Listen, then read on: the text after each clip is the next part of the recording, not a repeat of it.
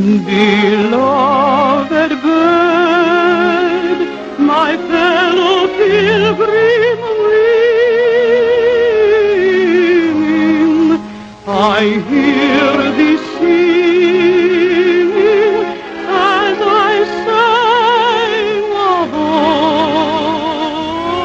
old. Over 400 years ago, the adventurous Portuguese explorers who discovered and claimed Brazil for the crown of Portugal sailed into this picturesque harbor and called it Rio de Janeiro, or River of January, because they discovered it in the month of January, and they believed the beautiful inlet into which we now sail was the mouth of a river. As we pass within the shadow of this gigantic promontory, known as Sugarloaf, we wonder if the white men who first saw it could have dreamed that it was destined to become the mighty sentinel of an enchanted metropolis with a population of over 1 million inhabitants and a reputation of being the most magnificent city in the world.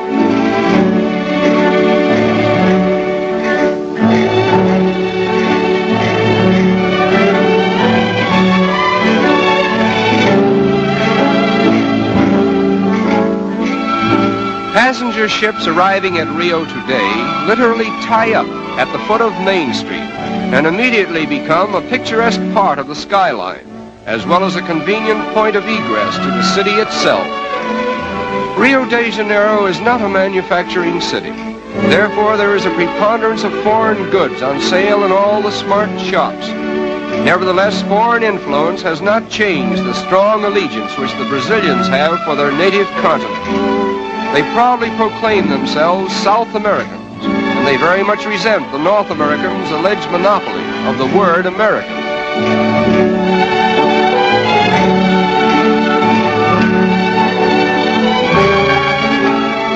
The period from 1902 to 1906 witnessed the wonderful transformation from the old to the new Rio, a comprehensive project so boldly conceived and brilliantly executed that there is hardly a landmark of the old city to be seen in the metropolis today.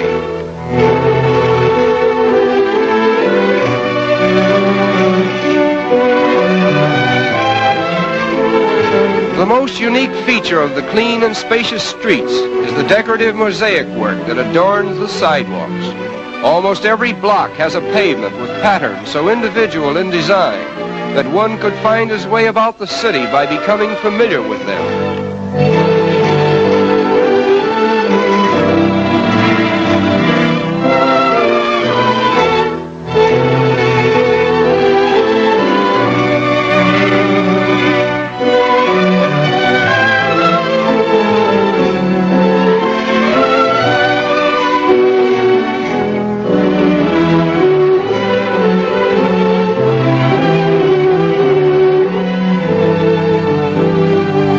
Rio is particularly noted for its numerous and colorful parks, which are scattered in picturesque profusion throughout the city.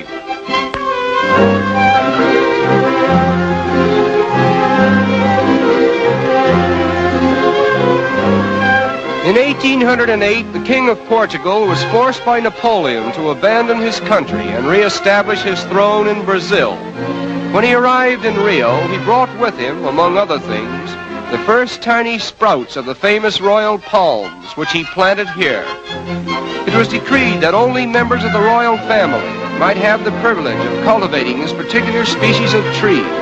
But time and nature have overruled the regal command, and the royal palms that were meant to be the exclusive property of Portuguese royalty are now the common heritage of all Brazil. The outstanding landmark of Rio is Sugarloaf Mountain, and from whatever angle one may view it, it forms a most impressive picture.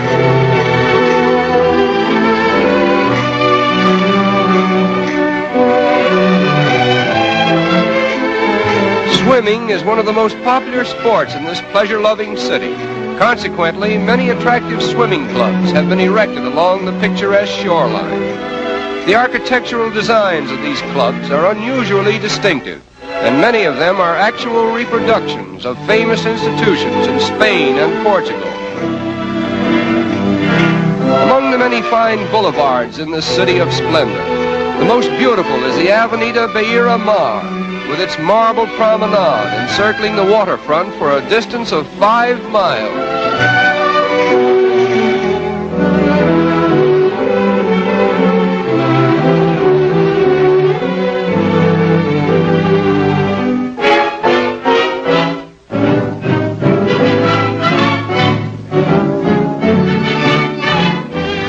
As in most countries of South America, the color of one's skin does not always determine one's social standing.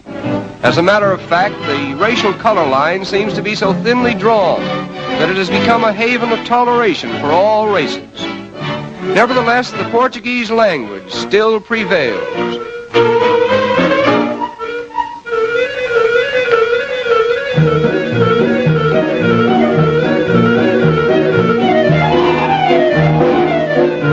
In the business districts of the city, there are a number of tiny shops where the more industrious young ladies of Rio earn their livelihood. This is called the butterfly industry, in which the colorful wings of butterflies are immortalized by an art that was inaugurated here many years ago.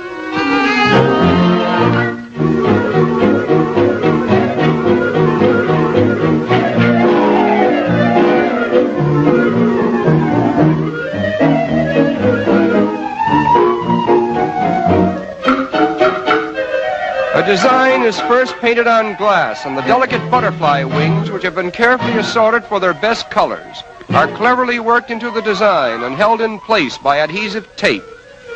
Another layer of glass is finally placed over the tape, and the wings, thus preserved, will hold their lifelike colors indefinitely. There are over 700 different species of butterflies in Brazil, and they are much larger and more colorful than those of North America and Europe.